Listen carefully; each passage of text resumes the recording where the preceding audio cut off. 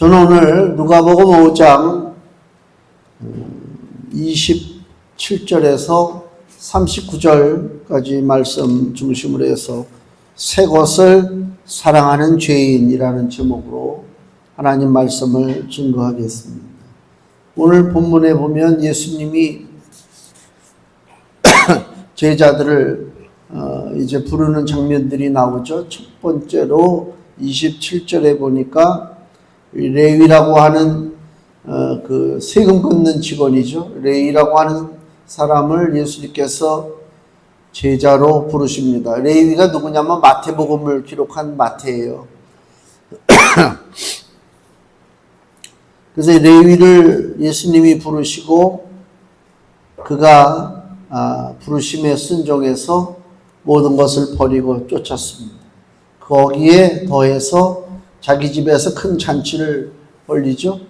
그래서 많은 동료 그 세금 걷는 세리들과 사람들이 많이 함께 하는데 바리새인과 서기관들이 초청하지도 않았는데 와가지고 거기서 이제 트집을 잡는 이야기가 오늘 본문에 대한 이야기입니다.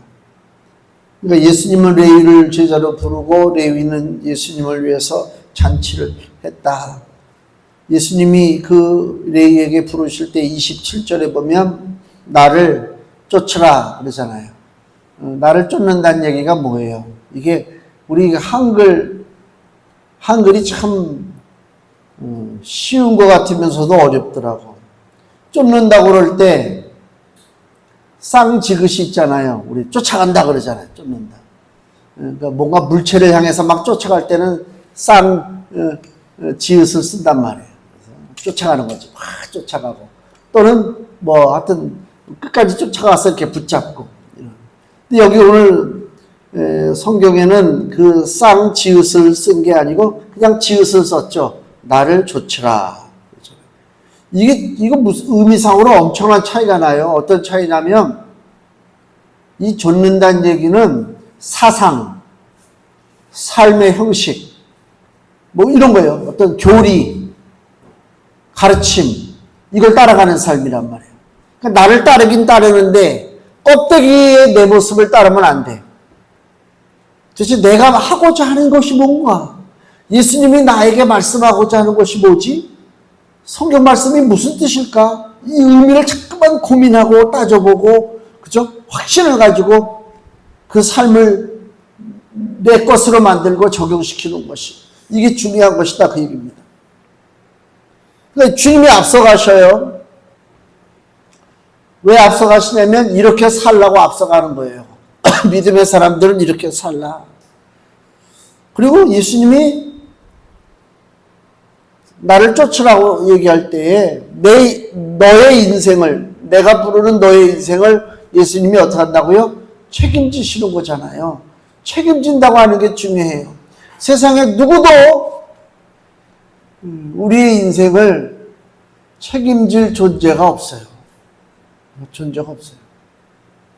그러니까 가만히 보니까 사람처럼 불쌍한 존재도 없다. 혼자 사는 거예요.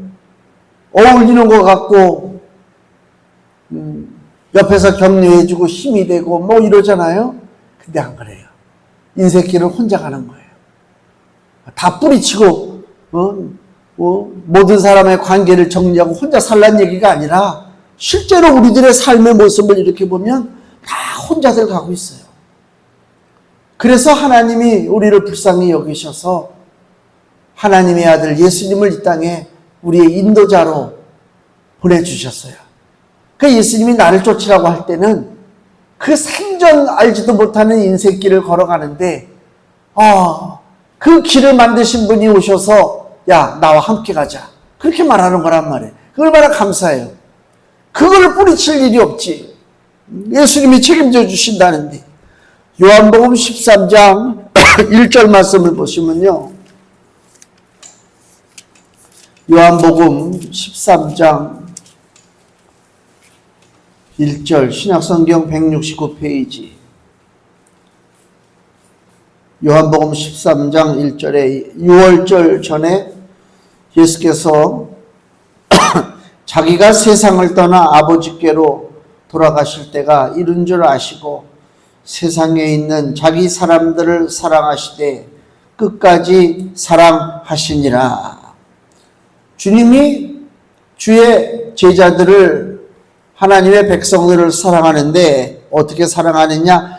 끝까지 사랑한다. 끝까지 사랑한다는 얘기는 다른 말로 하면 죽기까지. 그 얘기가 의미가 깊어요. 예수님은 자기 인생에 가는 길을 다 알고 오신 분이죠. 어떻게 오고 어떤 과정을 겪다가 어떻게 인생을 마감할 것인가를 예수님은 아셨잖아요. 이게 괴로운 거예요. 우리가 모르고 사는 게 복이에요. 내가 인생을 이렇게 사는데 마지막에 내 인생은 마지막에 어떻게 될 것인가, 이것까지 알고 있다면 온전하게 살아갈 사람 없어요. 모르니까 사는 거예요. 안개와 같잖아요. 안개 같아요. 그 안개가 어때요? 해가지고 그 전에 행주대교에 넘어갈 때 너무 안개가 가득 차니까 야, 올림픽대로로 빠지는 길을 찾을 수가 없어. 겁이 나가지고 오른쪽으로 꺾어야 되는데 못 꺾겠더라고요. 그래서 비상 느끼고 깜빡깜빡 한참, 그래서 이제 길이 눈에 들어오니까 그때서 내가 들어간 기억이 나거든요. 근데 좀 달리죠. 올림픽대로로다가 달리잖아요. 쭉 달리다 보면 안개가 쫙 거쳐. 언제 그랬냐는 듯이 그렇게 맑을 수가 없잖아요. 하나님이 우리를 보고 너희 인생이 무엇이냐? 안개와 같지 않냐? 그랬어요. 아, 굉장한 것 같지. 대단한 것 같지. 나 없으면 큰일 날 것 같지. 내가 굉장히 아주 중요한 일을 맡아서 그냥 아주 필요한 존재인 것 같지. 어느 날 보니까 안개 거치듯이 싹 거치고 나면 아무것도 없어요. 그게 인생이에요. 아무것도 안 지니까. 근데 하나님이 그 인생의 불쌍함을 아시고 하나님의 아들 예수 그리스도를 이 땅에 보내주셨어요. 주님이 나를 쫓으라, 나를 따르라. 왜 거부합니까? 뭐 이렇게 자신 있다고 용감하다고? 야, 이거 참, 예수님이 오지 말라고 그래도 쫓아가서 예수님을 붙잡아야 할 판이죠. 그런 거예요. 그래서 예수님이 오셨는데 그냥 인도하는 게 아니고 우리들이 걷다 보면 그 인생길은 뭐예요? 반드시 사망길로 가게 돼 있어요. 육신의 사망이 문제가 아니라 영의 사망이 진짜 문제잖아요. 영원토록 고통을 당하는 그 영의 사망길로 가는데 예수님이 오신 목적이 뭐예요? 그 사망길에서 우리를 끄집어내는 거예요. 너 글로 가면 안 돼. 근데 끄집어내는 대가가 뭐예요? 죄 없는 자의 피 흘림이 있어야 된다. 그 바로 예수님의 피 흘림이란 말이에요. 예수님은 그걸 다 알고 오신 거예요. 그 괴로운 길을, 십자가의 길을, 피 흘리는 길을. 그럼에도 불구하고 이 땅에 있는 예수의 제자들, 하나님의 백성들을 사랑하기 때문에 사랑하시되 어떻게 사랑해요? 끝까지, 죽기까지 사랑하는 거예요. 야, 대단하지. 뭐 이런 사랑이 어디 있어요? 죽음을 마다하지 않고 우리를 책임져 주신다. 나를 책임져 주시는 분이 계시구나. 그래서 위로받는 거예요. 이 땅에서는 우리 주변을 아무리 둘러봐도 내 삶이 우리 위로받을 데가 없어요. 하나님이 계시잖아요. 그게 감사한 거지. 그게 감사한 거예요. 시편 23편을 보세요.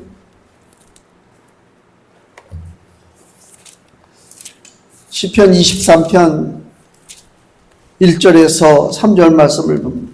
구약성경 817페이지 시편 23편 1절에서 3절 여호와는 나의 목자시니 내가 부족함이 없으리로다. 그가 나를 푸른 초장에 누이시며 쉴 만한 물가로 인도하시는도다. 하나님이 우리를 인도하셔요. 푸른 초장과 쉴 만한 물가로 인도하시고 내 영혼을 소생시키시고 영혼이 사라지지 않고. 우리 사람과 짐승의 차이가 뭐예요? 소돼지와 우리가 차이가 뭐예요? 똑같이 살다 죽음을 앞두고는 무력하게 죽을 수밖에 없는 존재인데 소돼지와 우리의 차이점이 뭐냐? 소돼지는 죽으면 그들의 혼은 땅으로 꺼지고 사람의 영혼은 어디로 간다고요? 하나님 나라로 가는 거예요. 백성들이. 그게 근본적인 차이가 있는 거예요. 그래서 귀한 거예요. 그래서 사람의 영혼이 귀한 거예요. 천하를 얻고도 내 영혼을 잃어버리면 그것이 무슨 유익이 있겠느냐. 주님이 그러시잖아요. 천하의 가치보다 귀한 가치가 뭐라고요? 내 영의 가치예요.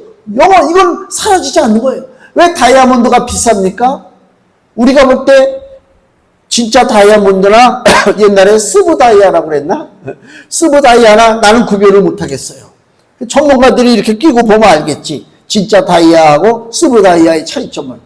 왜 가격 차이가 나요? 하나는 영원성이 있어요. 닳아지지가 않아요. 없어지지가 않아요. 스브는 깨지고 없어져요. 그 영원한 것에 대한 가치가 그렇게 있는 거예요. 골동품도 그렇잖아요.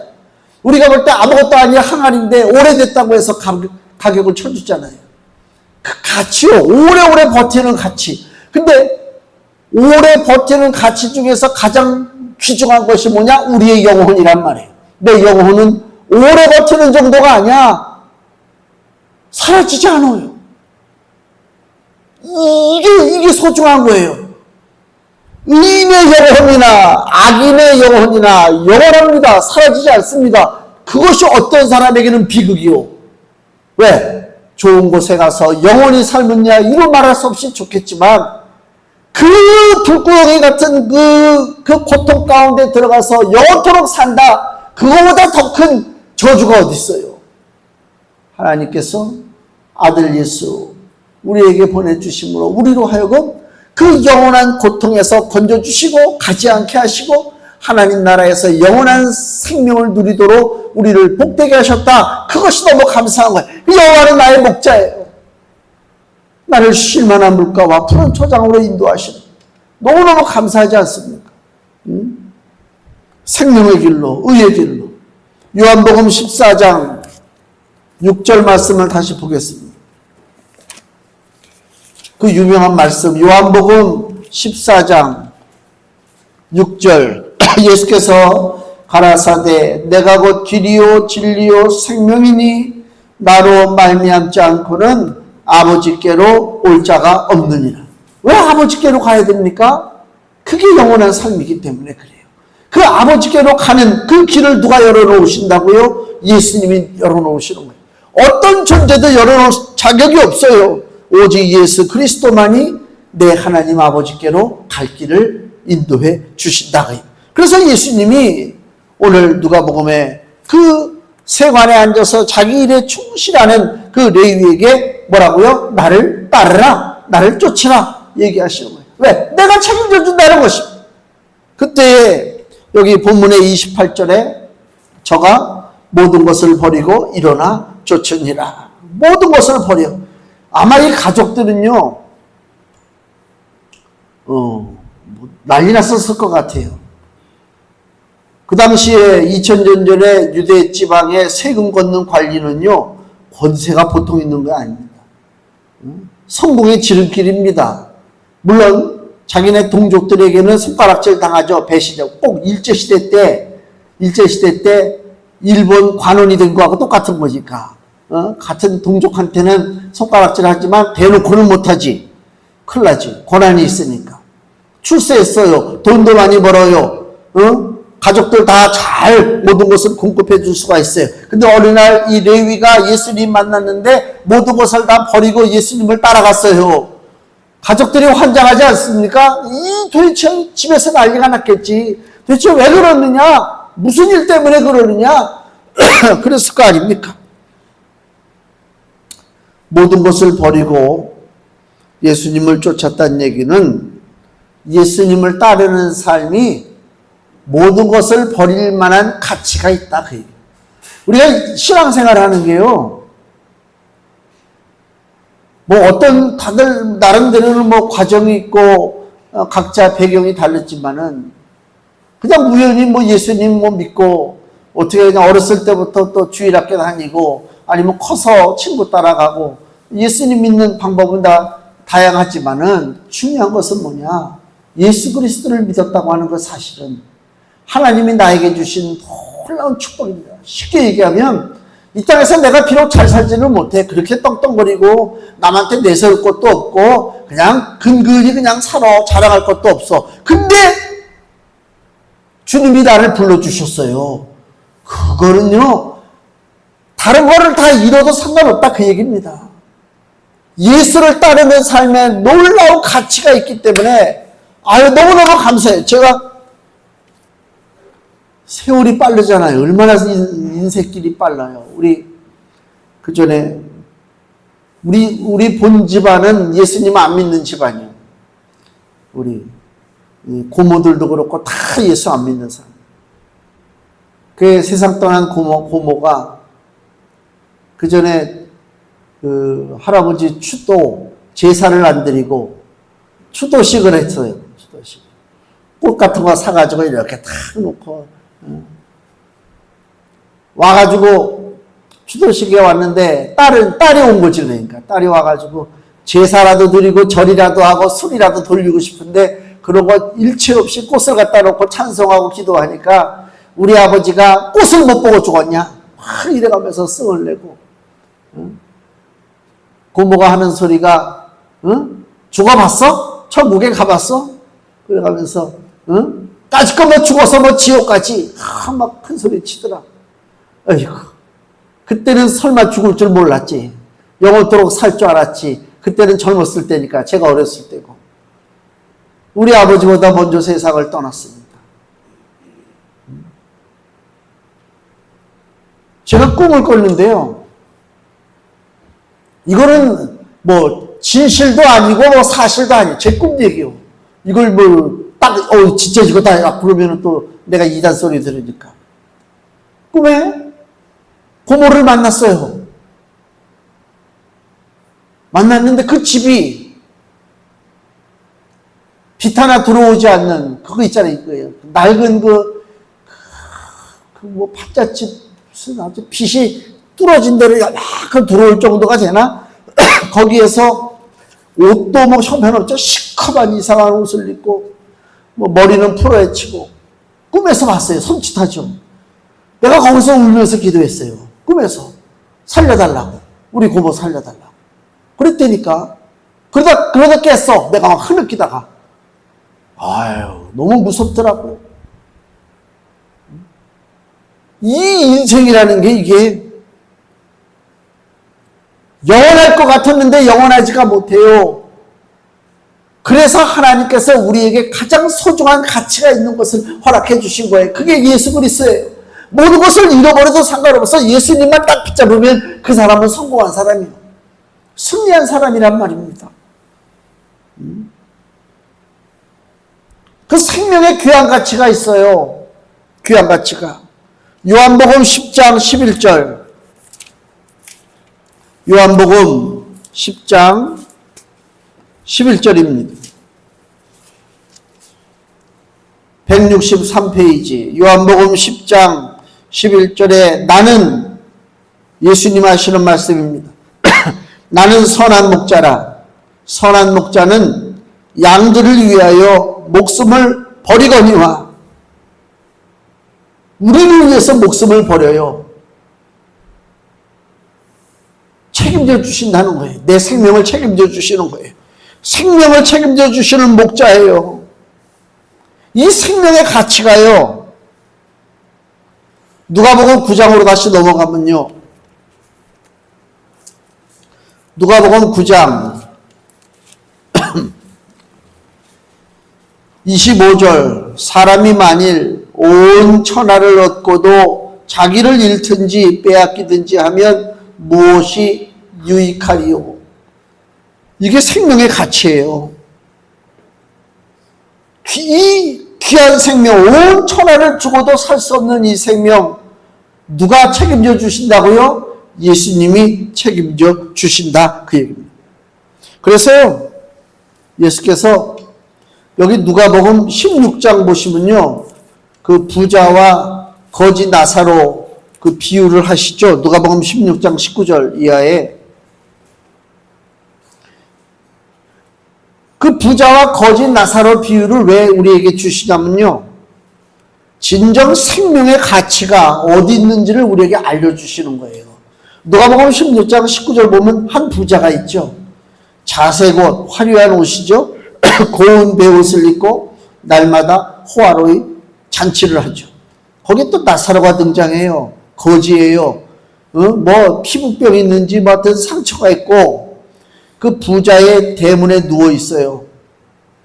그래서 부자의 상에서 떨어지는 것으로 배불리려 하며 심지어 개들이 와서 그 헌대를 핥아버려요. 근데 죽었어요. 22절에. 예수님의 비유 말씀을 잘 보셔야 돼요. 거지가 죽어서 천사들에게 받들려서 대단한 이 대접을 받는 거죠. 천사들에게 받들려 아브라함의 품에 들어가. 아브라함의 품은 낙원이에요. 우리 믿음의 백성들이 죽으면 다 낙원으로 가는 거예요. 일단은 그걸 아브라함의 품이라고 그래요. 그리고 부자도 죽었어요. 23절 저가 음부에서, 우리가 낙원에 가는 것처럼 예수님 안 믿고 죽은 사람들은 음부라고 하는, 지옥하고는 약간 틀려요. 음부라고 하는 고통스러운 곳으로 가는 거예요. 그럼 우리가 여기서 이제 한번 질문을 해봐야 돼요. 부자는 도대체 무슨 죄를 졌길래 음부에 가서 고통을 받아? 이 거지 나사로는 무슨 옳은 일을 했길래 천사들에게 받들려서 낙원에 가서 편하게 있는가? 그렇잖아요. 거지가 뭐 잘한 게 하나도 없잖아요. 누구는 죽어서 음부의 고통, 누구는 죽어서 낙원에 있고, 우리가 세상의 가치 기준으로 볼 때는 부자가 성공적인 삶을 사는 거예요. 그렇잖아요. 내가 벌어가지고 내가 잘 먹겠다는데, 내가 잔치하겠다는데 잘못될 거 없죠. 성공적인 거잖아요. 근데 생명은 어떤 생명의 가치가 있느냐? 내가 수고하고 열심을 내서 잘 먹고 잘 사는 그 생명의 가치가 있는 것이 아니라, 성경은 간단해요. 아브라함의 품에 안긴 생명의 가치가 있는 거예요. 그게 가치가 있어요. 즉 하나님의 품에 안긴 영혼이 가치가 있다. 하나님의 품에 안긴 영혼이 가치가 있습니다. 하나님이 누굴 품어주시느냐가 중요한 거예요. 그게 중요해요. 세상을 사랑하고 즐기고 정욕적으로 살아가는 인생은 하나님의 품에 안길 수가 없어요. 간단하죠? 세상을 사랑하는 자는 하나님의 품을 안길 수가 없다, 품에. 근데 이거는 우리가 또 한번 생각해 봐야 돼요. 그렇다고 해서 거지 나사로의 인생이 성공적이다라고 얘기하는 게 아니에요. 예수님이 오늘 이 비유, 부자와 거지 비유에서 말씀하는 거는 거지가 성공적으로 잘 살았다, 그게 아니죠. 가난하게 살자, 그게 아니죠. 부자를 보여주는 거예요. 부자. 일반적으로 부자가 성공했다, 가치 있다고 여기고 있지만은 하나님의 판단은 뭐라고요? 그 부자의 삶은 망한 것이다, 가치가 없다, 이걸 강조하기 위해서 부자와 거지가 여기 등장하고 있는 것이다, 그 얘기입니다. 세상을 사랑할 수 없을 정도로 고난을 받는 그 거지 나사로는 하나님 품에 있었다. 그럼 우리가 이걸 통해서 뭘 생각해야 되느냐? 하나님을 사랑할 것인가, 세상을 사랑할 것인가? 답을 정해야 될 거 아닙니까? 답이 결정됐어요. 예수님이 우리에게 이 말씀을 하시는 것은 분명한 답을 보여주시는 거예요. 답을. 근데 분명한 답을 보여주시는데도 불구하고 그 답을 내 답안지에 쓰진 않아. 자꾸만 내 생각이 들어간단 말. 그게 제일 안타까운 거예요. 생명의 가치는 이 땅에서 어떻게 살았느냐가 중요한 게 아니고요. 하나님이 품어주셨느냐, 이게 생명의 가치입니다. 하나님의 품속에 안길 수 없다면 그 생명은 비참할 수밖에 없다. 그리고 오늘 본문에 29절에 보면 잔치가 열리고 많은 사람들이 오잖아요. 근데 30절에 바리새인과 서기관들이 제자들을 비방하여 가로되 너희가 어찌하여 세리와 죄인과 함께 먹고 마시느냐. 예수님과 제자들을 지금 비난하고 있죠. 수준 낮은 엉터리 것들과 어울리고 있지 않느냐. 즉 그거예요. 누가복음 7장 보세요. 거기에도 보면요, 34절. 누가복음 7장 34절에 거기도 똑같아요. 이 바리새인들이 예수님을 어떻게 비난하냐. 인자는 와서, 예수님 하시는 말씀이 인자는 와서 먹고 마심에 너희 말이 보라 먹기를 탐하고 포도주를 즐기는 사람이요 세리와 죄인의 친구로다. 이 비난하는 얘기죠. 예수님을 이렇게 비난한단 말이에요. 이 비난이요 점점 강해져요. 또 누가복음 15장을 보세요. 15장 2절.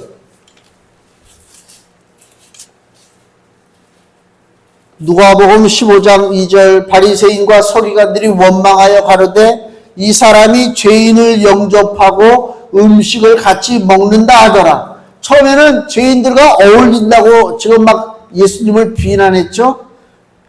누가복음 15장 2절에는 죄인을 영접한대요. 영접은 뭐예요? 받아들이는 거죠. 그냥 우연히 내가 어디 갔는데 저 뭐 어울리기 싫은 사람이 앉아있네. 할 수 없이 같이 먹고 마셔. 그런 의미가 아니요. 죄인을 영접하는, 예수님이 기꺼운 마음으로 즐거운 마음으로 죄인을 영접했다 그 얘기입니다. 또 누가복음 19장 7절 누가복음 19장 7절 여기 삭개오의 집에 들어가셨을 때 얘기입니다. 누가복음 19장 7절 무사람이 보고 수군거려 가로되 저가 즉 예수께서 죄인의 집에 삭개오의 집에 유하러 들어갔도다. 왜 제가 이 말씀을 계속 읽냐면 죄인과 예수님의 관계가 점점 깊어져요. 처음에는 죄인들과 밥 먹는다고 비난했죠. 그 다음에 죄인을 영접했다고 비난했죠. 이제는 뭐예요? 영접한 정도가 아니고 죄인의 집에 예수님이 머물려고 들어가시잖아요. 남의 집에 들어가서 그 집에 앉아서 그 집의 음식을 먹는다? 이거 보통 관계가 아니죠.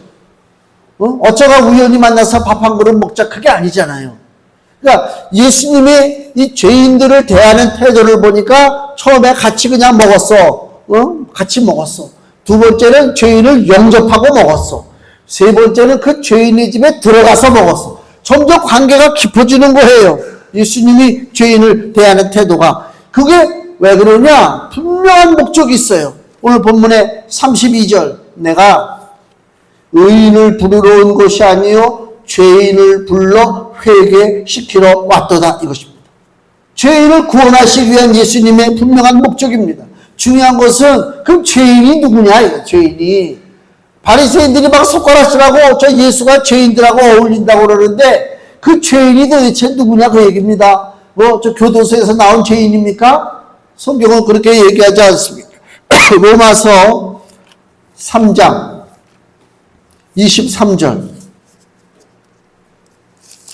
로마서 3장 23절입니다. 신약성경 242페이지 로마서 3장 23절 모든 사람이 죄를 범하였음에 하나님의 영광에 이르지 못하더니 죄인은 누구라고요? 모든 사람이요. 죄 아닌 사람이 없어요. 다 모든 사람이 죄인인데 오늘 여기 보니까 바리새인과 서기관들은 자기가 의인인 것처럼 생각하고 남을 비평하잖아요. 자기의 실체 모습을 못 보는 거예요. 죄인들 모습을 못 본단 말입니다. 그래서 예수께서 책망하시기를 누가복음 6장 39절에 또 비유로 말씀하시되 소경이 소경을 인도할 수 있느냐? 둘이서 다 구덩이에 빠지지 아니하겠느냐? 자기가 죄인인 줄을 모르고 사는 바리새인들 종교 지도자들을 예수님이 뭐라고요? 소경이라고. 소경. 지 자신의 모습도 알지 못하는 판에 남을 구원한다고 남을 이끈다고 그래? 어림도 없는 거죠. 우리나라에 이단이 많잖아요. 베리벨 참 좋은 말 하고 싶지 않은 이상한 것들이 많잖아요. 이단들이. 지 앞길도 모르는 이단들이라고 그것들이. 그렇잖아요. 앞길에 얼마나 하나님의 진노가 있을 텐데 앞길도 모르는 그 이단의 괴수들이 사람들을 좋은 데로 인도하겠다고 몇십만 제주도 좋아. 얼마나 제주가 좋은지 몰라. 우리 강매역 그 옆에도요. 하나님의 어머니? 하나님이 어머니라고 떠들을 때는 이상한 애들도 있어. 그러면 그 집에서는 또 그 자식은 하나님 할머니라고 그렇게 생겼어.